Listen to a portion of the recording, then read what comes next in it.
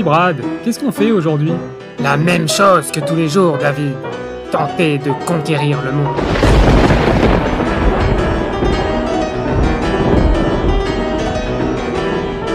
Et salut à tous, et je commence avec le prix du XRP, puisqu'il y a pas mal de gens qui s'excitent, qui comprennent pas.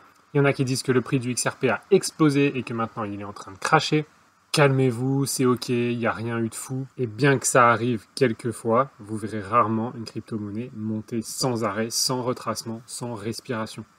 Ici, on a déjà bien monté, et effectivement, je le disais dans ma vidéo précédente, à mon avis, c'était une montée qui était due à l'événement de Ripple à Dubaï, qui arrivait donc le 8 et 9 novembre. Là, ça s'est calmé un peu, et je vous avais dit, de toute façon, tant qu'on ne dépasse pas cet ancien pic avec une petite marge, donc j'avais dit 0,85 $, on n'est pas dans un nouveau cycle. Donc pas de quoi faire péter une braguette, le prix est en train de monter, c'est cool, il retrace, c'est normal, et on est sur des tout petits pourcentages. Faut arrêter de dire que ça explose et arrêter de dire que ça crache. On est dans la crypto, les mouvements ça fait quelques pourcentages par jour des fois, et c'est normal, c'est ni un crash ni une explosion.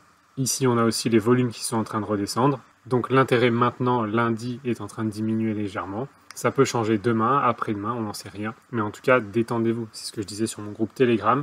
XRP, c'est une crypto particulière. Elle est à la fois sous les projecteurs, ce qui fait qu'elle a un énorme potentiel sous le capot. Et à la fois, elle a la sec au cul. Le procès n'est pas fini. Il y a de la controverse. Il y a des gens et des gouvernements qui veulent l'arrêter ou la ralentir. Ralentir son adoption. Des institutions aussi qui veulent la ralentir. Pour autant, elle est en train de multiplier ses partenariats, de continuer de s'étendre. Elle vient d'investir Dubaï. Donc, c'est une crypto-monnaie que vous allez peut-être pas voir exploser tout de suite ou faire des X2, X3, X10 tout de suite. Mais quand ça va partir très fort. Donc, c'est une crypto-monnaie sur laquelle il faut être patient. Mais c'est une bonne techno. C'est une technologie qui va être utilisée par énormément d'acteurs dans la finance prochaine. Donc, c'est sûr, ça se traite pas comme un Solana, un Ethereum ou encore un Shiba. Faut arrêter de tout mélanger.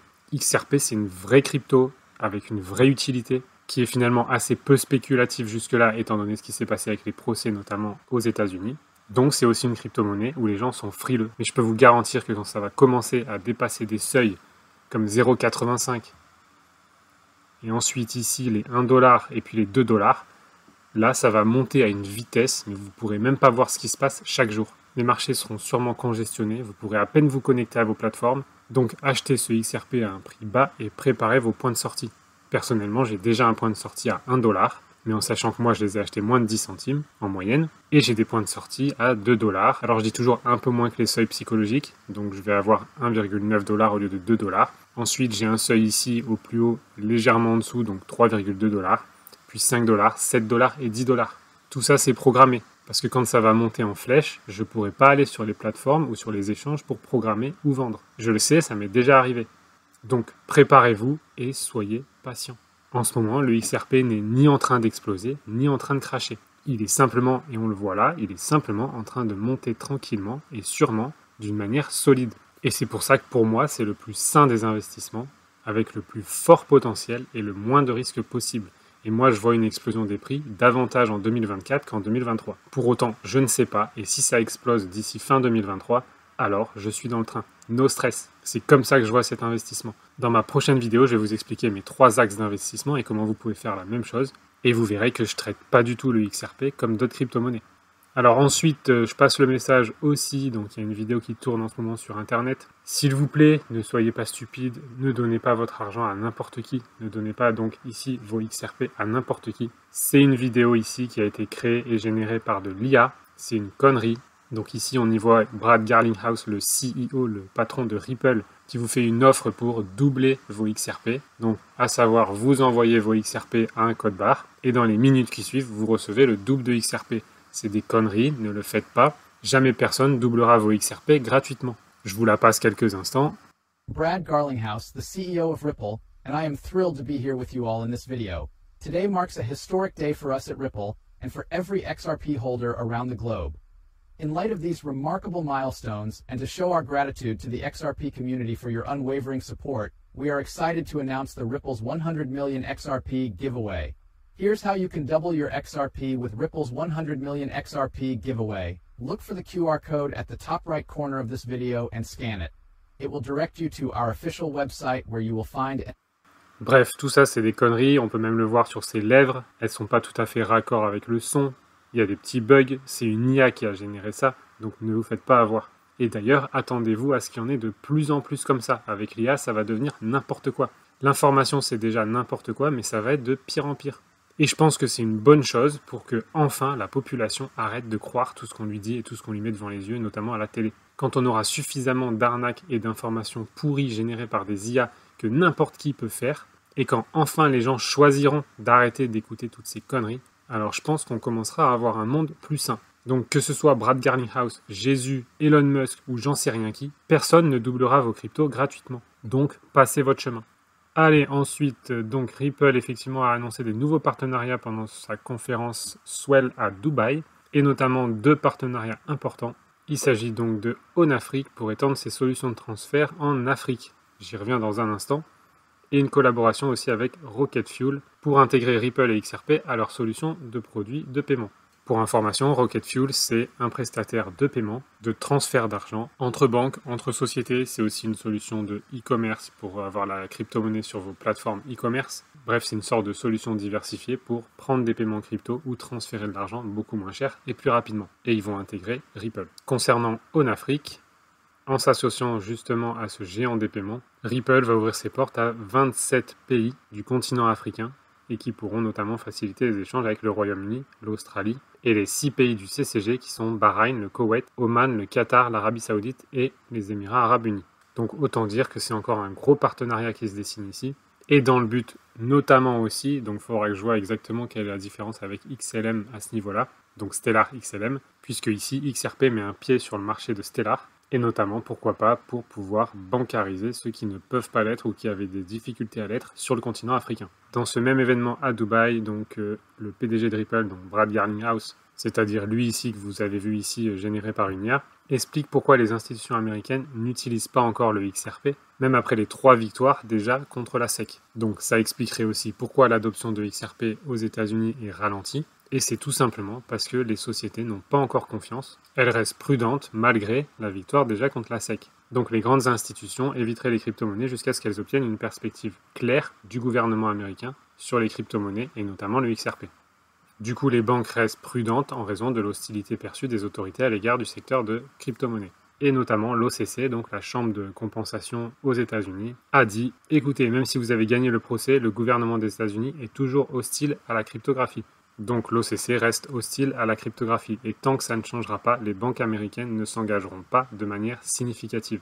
Donc tout ce procès a encore un impact aujourd'hui. Mais a priori, cette fois, ça y est, on est à quelques mois de la fin, et peut-être à quelques jours selon les décisions qui sont prises, avant que tout se débloque. À ce propos, la SEC a donc demandé un règlement de 770 millions de dollars à Ripple pour mettre fin à tout ce bordel. Et donc il y a un calendrier qui a été fixé pour statuer sur tous les recours à venir. Et il me semble que cette date était donc le 9 novembre, à savoir en plein dans l'événement de Ripple à Dubaï. Voilà, ils avaient jusqu'au 9 novembre pour se mettre d'accord. Donc j'ai pas été voir encore où ils en sont par rapport à ces dates et qu'est-ce qu'ils ont planifié et décidé, mais c'est ma prochaine étape. Ensuite, effectivement, la SEC demande 770 millions de dollars dans le cadre du procès Ripple. À mon avis, ils les obtiendront jamais. Mais c'est toujours pareil, j'imagine que Ripple paiera de toute façon pour faire croire que la SEC a gagné quelque chose, paiera une fraction de ces 770 millions et basta. Ensuite, je voulais vous montrer aussi une vidéo donc, de Brad Garlinghouse, le PDG de Ripple, pendant le Swell Event à Dubaï. Ça dure juste 5 minutes et quelques, je vous ai mis la traduction en français. Ce qu'il dit est assez intéressant, mais surtout notez son non-verbal, l'attitude qu'il a, comment il est relax et comment il a déjà gagné. Ça se voit sur sa tête et ça se voit sur son corps. Ripple has wrapped up its flagship Swell conference here in Dubai. I spoke with Ripple CEO Brad Garlinghouse on stage at the event. I asked about Ripple's battle with the Securities and Exchange Commission over the status of its XRP token and what Ripple's recent court win means for the scope of SEC power over the crypto space. Listen in. Ripple has had 3 consecutive victories over the SEC on this. First, the judgment on July 13th saying very clearly XRP is not in and of itself a security. Second, the denial by the court for their request for an interlocutory appeal. And third, the dismissal with prejudice, the allegations against Chris Larson and myself. So, look, one of the things that people talk about is one of the definitions of insanity is doing the same thing over and over again and thinking you'll get a different outcome. The SEC is doing the same thing over and over again, and they think, I guess, they're going to get a different outcome.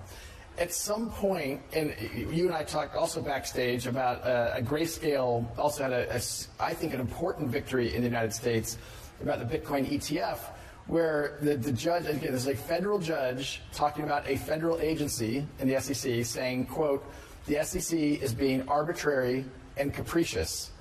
You know, generally, judges tend to be pretty, down the middle and try to not be dramatic. Like, those are damning words.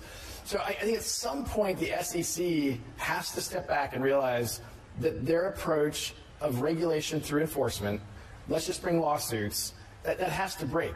So walk me through the next steps in this case. Today was the deadline for the briefing schedule for remedies. The SEC wants something like $770 million in disgorgement. Yep. What happens next? Well, I in a session that I did in Washington yesterday, I made the joke around, I'd like to see the Vegas odds on, what could be what's called the remedies from the case. Look, I think the SEC, in my opinion, has lost sight of their mission to protect investors. And the question is, who are they protecting in this journey? And it turns out that the judge will make a decision about remedies. We actually welcome that. I think that in this case, you look at what investors were harmed, and you also have to look at the securities laws and understand, are there exemptions for institutional and accredited investors and things like that. But look, I think it is a positive step for the industry, not just for Ripple, not just for Chris and Brad, but for the whole industry, that the SEC has been put in check in the United States. And I'm hopeful this will be kind of a thawing of the permafrost in the United States for really seeing an amazing industry that has immense potential thrive in the largest economy in the world. We also spoke about the collapse of FTX and the recent ruling against founder Sam Bankman-Fried. He now faces up to 110 years in prison after being found guilty on all counts in his fraud trial. Here's how Garlinghouse described the impact for the sector. I said to my friends, I thought that he was going to end up going to jail. And you know what? I didn't follow the case super closely. It's clear laws were broken. I don't know what is in his mind or his intent. I knew him. I know him a little bit. I mean, there's definitely things that happened there that you're like, it's just hard for me to calculate how those things happened. I mean, I think about how Ripple is run, and as a professional organization, like, it could never happen. From our compliance team, from our chief legal officer, the whole team, like, it could never happen. So I don't know. There's a lot of lack of controls there, and I think it's certainly sad and bad for crypto. But again, I think in the long journey that has been crypto, it's another speed bump that has built resilience, and I think hopefully made the industry smarter. And with Bitcoin and XRP both showing upward price momentum in November, I also asked, what's next for the market? Yeah, I'm going to dodge that question as best I can. Look, I don't know how to think about these things in a short-term prediction. If you look at previous patterns, people have talked about October. Certainly, November has generally been a good month. But, going into Bitcoin halving, people talk about. Certainly an ETF getting approved could create a lot of capital flowing into the market. I don't know how to balance those things against other macro factors. I go back to kind of first principles around big picture. What do we need for this industry to thrive? We need regulatory clarity. We need lots of utility. We need to be solving problems at scale, not experiments, not possibilities. But look, I look at the excitement, and you heard some of that on this stage in the past 2 days around tokenization. I look at, I just think if you zoom out and look at what do the next 5 or 10 years look like for this industry, I'm extremely optimistic, and I think people will be surprised. There's a Silicon Valley expression that people often overestimate what's going to happen in 5 years, but underestimate what happens in 10. There are, kind of macro exponential forces that I think really will continue to catapult this industry. Voilà, donc vidéo qui résume un peu les victoires de Ripple, ce qui s'est passé notamment avec FTX. Et le cas FTX ne devrait pas être un cas mauvais pour la crypto, même si c'est utilisé comme ça. Des fraudes, il y en a partout et dans tous les domaines. Mais il se trouve que là, c'est beaucoup utilisé dans le but de réguler la crypto. FTX, c'est une fraude. Il y en a eu plein dans l'histoire de l'humanité et il n'y avait pas la crypto. Donc c'est pas la crypto qui est en cause, encore une fois, c'est les humains. Et finalement, il finit en parlant de la tokenisation des biens réels sur un marché réel, ainsi que du potentiel de prix de la crypto-monnaie. Et il dit qu'effectivement, on a tendance à surestimer ce qui pourrait arriver dans 5 ans et à sous-estimer ce qui pourrait arriver dans 10. Donc il est extrêmement positif sur le long terme et la crypto-monnaie. J'en profite pour vous rappeler que je vous avais déjà dit dans une vidéo que Ripple XRP veut faciliter donc la tokenisation de l'immobilier. C'est-à-dire par exemple de découper un immobilier exactement comme on le ferait avec les SCPI qui existent déjà actuellement. On découpe l'immobilier dans une crypto-monnaie particulière. Et différents acteurs peuvent devenir propriétaires d'une partie de cet immobilier en achetant une ou plusieurs pièces qui sont allouées à cet immobilier. Donc ça, c'est ce que Ripple veut faire aussi avec son XRP. Et si on commence à relier un peu les points, on voit que Ripple a récemment racheté la société Metaco pour 250 millions de dollars dans le but d'accélérer le développement de Metaco.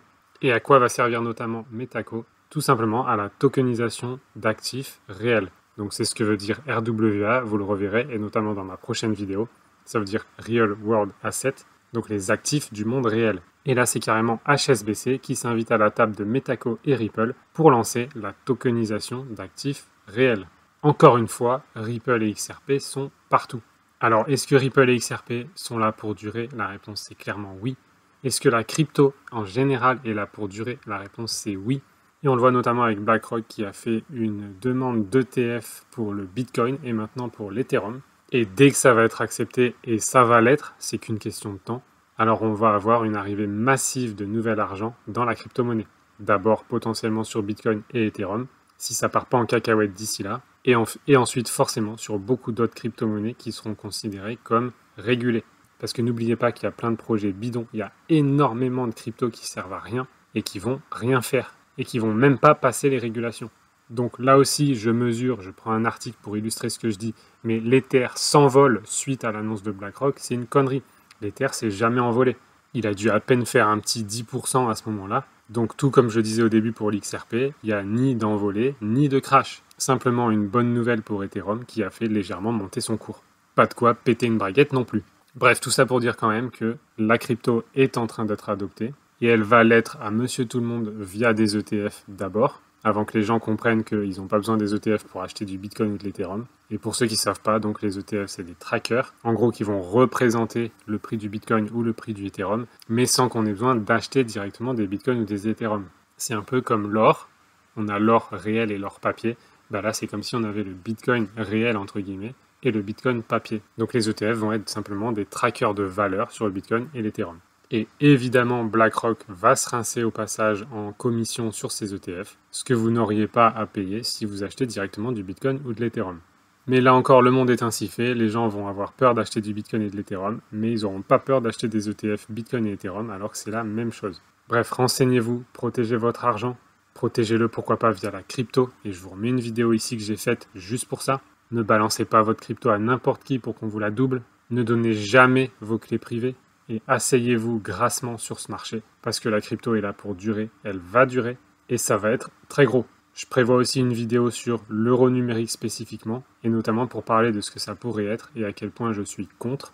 En tout cas, je ne suis pas pour, et j'aurai le minimum vital en euro numérique, histoire de ne pas être bloqué, mais en aucun cas je fonctionnerai sur l'euro numérique. Ça va être une prison pour vous et votre argent, et je vous recommanderais vivement de faire tout votre possible pour ne pas faire partie de ce système. Donc j'en parle aussi dans une prochaine vidéo. Et d'ici là, je vous dis à très vite.